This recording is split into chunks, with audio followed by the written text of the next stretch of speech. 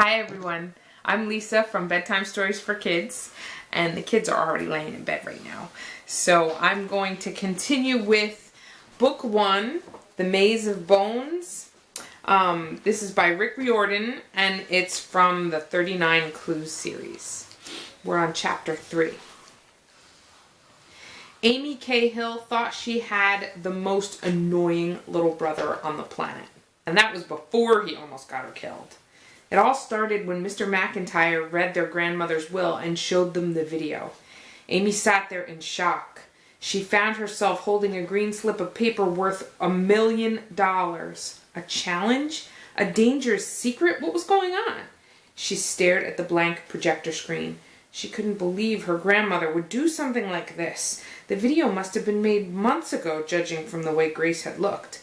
Seeing her on the screen like that had stung Amy worse than salt in a cut. How could Grace have been planning something this huge and not have warned them in advance? Amy never expected to inherit much. All she wanted was something to remember Grace by, a keepsake, maybe one piece of her beautiful jewelry. Now this, she felt completely lost. It didn't help that Dan was jumping around like he needed to go to the restroom. $1 million! He squealed. I could get a Mickey Mantle rookie card and a Babe Ruth 1914. His tie was crooked, which matched his crooked grin. He had a scar under one eye from where he'd gone commando rating at 7 and fallen on his plastic AK-47. That's just the kind of little demon he was. But what Amy really resented was how comfortable he seemed. Like all these people didn't bother him. Amy hated crowds. She felt like everyone was watching her, waiting for her to make a fool of herself. Sometimes in her nightmares, she dreamed she was at the bottom of a pit and all the people she knew were staring down at her laughing. She'd try to climb out of the pit, but she could never make it. Right now, all she wanted to do was run up to Grace's library, close the door, and curl up with a book. She wanted to find Saladin, Grace's Egyptian Mao, and cuddle with him, but Grace was dead. And the poor cat, who knew where he was now? She blinked tears out of her eyes, thinking about the last time she'd seen her grandmother. You will make me proud, Amy, Grace had said. They'd been sitting on Grace's big 4-poster bed with Saladin purring next to them. Grace had shown her a hand-drawn map of Africa and told her stories about the adventures she'd had when she was a young explorer. Grace had looked thin and frail, but the fire in her eyes was as fierce as ever. The sunlight turned her hair to pure silver. I had many adventures, my dear, but they will pale next to yours. Amy wanted to cry. How could Grace think that Amy would have great adventures? She could barely muster enough courage to go to school every morning. I could get a ninja sword, Dan kept babbling, or a Civil War saber. Dan, shut up, she said. This is serious. But the money! I know, she said, but if we took the money, we'd need to keep it for college and stuff. And you know how Aunt Beatrice is. Dan frowned like he'd forgotten. He knew good and well that Aunt Beatrice only looked after them for Grace's sake. Amy always wished Grace had adopted them after her parents died, but she hadn't. For reasons she never explained, she pressured Beatrice into being their guardian instead. For the last 7 years, Dan and Amy had been at Beatrice's mercy, living in a tiny little apartment with a series of au pairs. Beatrice paid for everything, but she didn't pay much. Amy and Dan got enough to eat and a new set of clothes every 6 months, but that was it. No birthday presents, no special treats, no allowance. They went to regular public school, and Amy never had extra money to buy books. She used the public library, or sometimes she'd hang out at the secondhand shop on Boylston, where the staff knew her. Dan made a little money on his own trading collectible cards, but it wasn't much. Every weekday for 7 years, Amy had resented Grace for not raising them herself, but every weekend, Amy just couldn't stay mad at her. When they came to the mansion, Grace gave them undivided attention. She treated them like the most important people in the world. Whenever Amy got up the courage to ask why they couldn't stay with Grace all the time, Grace just smiled sadly. There are reasons, dear. Someday you will understand. Now Grace was gone. Amy didn't know what Aunt Beatrice would do, but they definitely could use money. It would mean they'd have some independence. They could get a bigger apartment, maybe. They could buy books whenever they wanted and even go to college. Amy was desperate to go to Harvard. She wanted to study history and archaeology. Her mom would have liked that. At least, Amy hoped she would have. Amy knew so little about her parents. She didn't even know why she and Dan carried their mother's maiden name, Cahill, when their dad's last name had been Trent. She asked Grace about it once, but Grace had only smiled. "It's how your parents wanted it," she said. But the stubborn pride in her voice made Amy wonder if it had really been Grace's idea for them to carry the Cahill name. Amy had trouble remembering her mother's face or anything about her parents before the terrible night they died, and that was something Amy tried hard not to think about. "Okay," Dan said slowly, "so I'll spend my $1 million on my collection. You can spend yours on college. And everybody's happy." Amy felt heartsick. Arguments were breaking out all over the room. The Holts looked like they were conducting a combat exercise. Sinead Starling was holding her brothers Ned and Ted apart so they wouldn't strangle each other. Irina Spassky was talking in rapid-fire Russian to that kid from the reality TV show Jonah Wizard and his dad. But from the way they were staring back at her, it was obvious they didn't speak Russian. Angry voices filled the great hall. It was like they were tearing up Grace bit by bit, squabbling over her inheritance. They didn't care at all that Amy's grandmother had just passed away.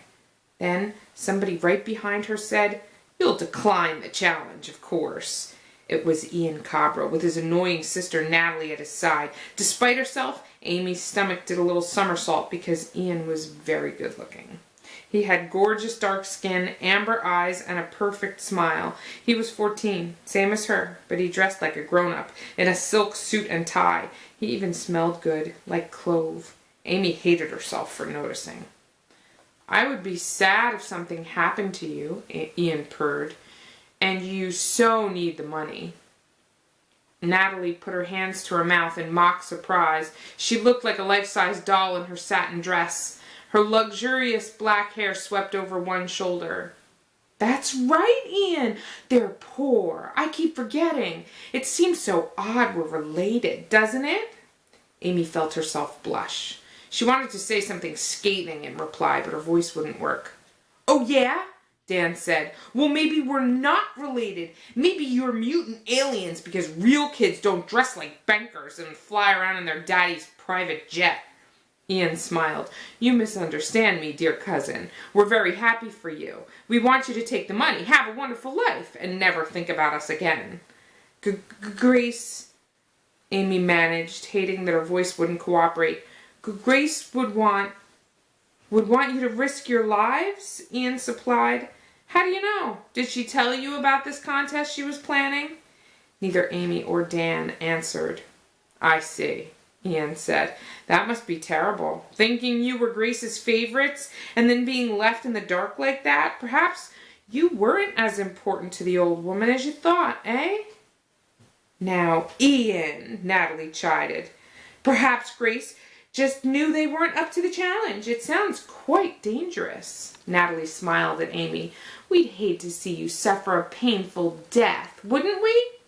"Ta-ta!" The Cobras drifted off through the crowd. "Ta-ta!" Dan mimicked. "What losers." Part of Amy wanted to chase down the Cobras and hit them with a chair, but part of her wanted to crawl under a rock and hide.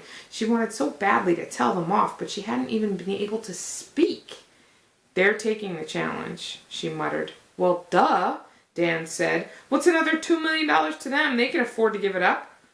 "They were threatening us. They don't want us involved." "Maybe they'll suffer a painful death," Dan mused. "I wonder what the treasure is, anyway." "Does it matter?" Amy asked bitterly. "We can't look for it. We barely have enough money for bus passes." But still, she found herself wondering. Grace had explored all over the world. Could the treasure be a lost Egyptian tomb or pirate's gold? Mr. McIntyre said the prize would make the winners the most powerful human beings on Earth. What could do that? And why were there exactly 39 clues? She couldn't help being curious. She loved mysteries. When she was younger, she used to pretend her mother was still alive, and they would travel together to archaeological digs. Sometimes Grace would go too, just the three of them together, happily exploring the world. But that was just silly pretending. Too bad, Dan grumbled. I'd love to wipe the smiles off the Cobras' faces. Just then, Aunt Beatrice grabbed their arms. Her face was contorted with rage and her breath smelled like mothballs. You two will do nothing ridiculous. I fully intend to take my $1 million, and you will do the same. Never fear, I'll put it in an account for you until you're adults. I'll only spend the interest. In return, I will allow you to continue as my wards. Amy choked with rage. You'll allow us to be your wards? You'll allow us to give you $2 million? As soon as she said it, she couldn't believe she'd managed to get the words out. Beatrice usually scared her to death. Even Dan looked impressed. Watch your place, young lady, Beatrice warned. Do the responsible thing or else. Or else what? Dan asked innocently. Beatrice's face turned bright red. Or else, you little upstart, I will disown you and leave you to social services. You will be penniless orphans, and I'll make sure no Cahill ever helps you again. This whole business is absurd. You'll take the money and wash your hands of my sister's ridiculous scheme for finding the... She stopped abruptly. Finding the what? Dan asked. Never you mind, Beatrice said. With a shock, Amy realized Aunt Beatrice was scared. Just make the right choice, or you will never have my support again. She marched off. Amy looked at Dan, but before she could say anything, Mr. McIntyre rang a little bell. Slowly, the wrangling and arguing in the great hall died down. The assembly took their seats. It is time, Mr. McIntyre said. I must warn you that once the choice is made, there is no turning back, no changing minds. Wait a moment, William, Alistair O. said. This isn't fair. We know almost nothing about the challenge. How are we to judge whether it's worth the gamble? Mr. McIntyre pursed his lips. I am limited in what I can say, sir. You know that the Cahill family is very large, very old. It has many branches. Some of you, until today, did not even realize you were Cahills. But as Madame Grace said in her video address, this family has been instrumental in shaping human civilization. Some of the most important figures in history have in fact been Cahills. Excited muttering filled the room. Amy's mind was racing. She'd always known the Cahills were important. A lot of them were rich. They lived all over the world. But shaping human civilization? She wasn't sure what Mr. McIntyre meant. Historical figures? Mr. Holt bellowed. Like who? Mr. McIntyre cleared his throat. Sir, you would be hard-pressed to name a major historical figure in the last few centuries who was not a member of this family. Abraham Lincoln, Cousin Ingrid shouted out. Eleanor Roosevelt. Yes, Mr. McIntyre said simply. And yes. A stunned silence filled the room. Harry Houdini, Madison Holt shouted. Lewis and Clark, her sister Regan suggested. Yes, yes, and yes, Mr. McIntyre said. Oh, come on, Mr. Holt yelled. That's impossible. I agree, Uncle Jose said. You're putting us on, McIntyre. I am completely serious, the old lawyer assured him. And yet, all the previous accomplishments of Cahill clan are nothing compared to the challenge that now faces you. It is the time for you to discover the greatest secret of the Cahills, to become the most powerful members of the family in history, or to die trying. Amy felt something cold and heavy in her stomach, like she'd swallowed a cannonball. How could she be related to all those famous people? How could Grace possibly have thought Amy could become more powerful than them? She got nervous just thinking about it. There was no way she'd have the courage for a dangerous quest. But if she and Dan didn't accept the challenge, she remembered Beatrice clutching at their arms, telling them to take the money. Beatrice would find a way to steal their $2 million. Amy wouldn't be able to stand up to her. They would go back to their dreary little apartment and nothing would change, except Grace would be gone. No weekend trip to look forward to, nothing to remember her by. Amy never thought anything could be worse than when her parents died, but this was... She and Dan were totally alone.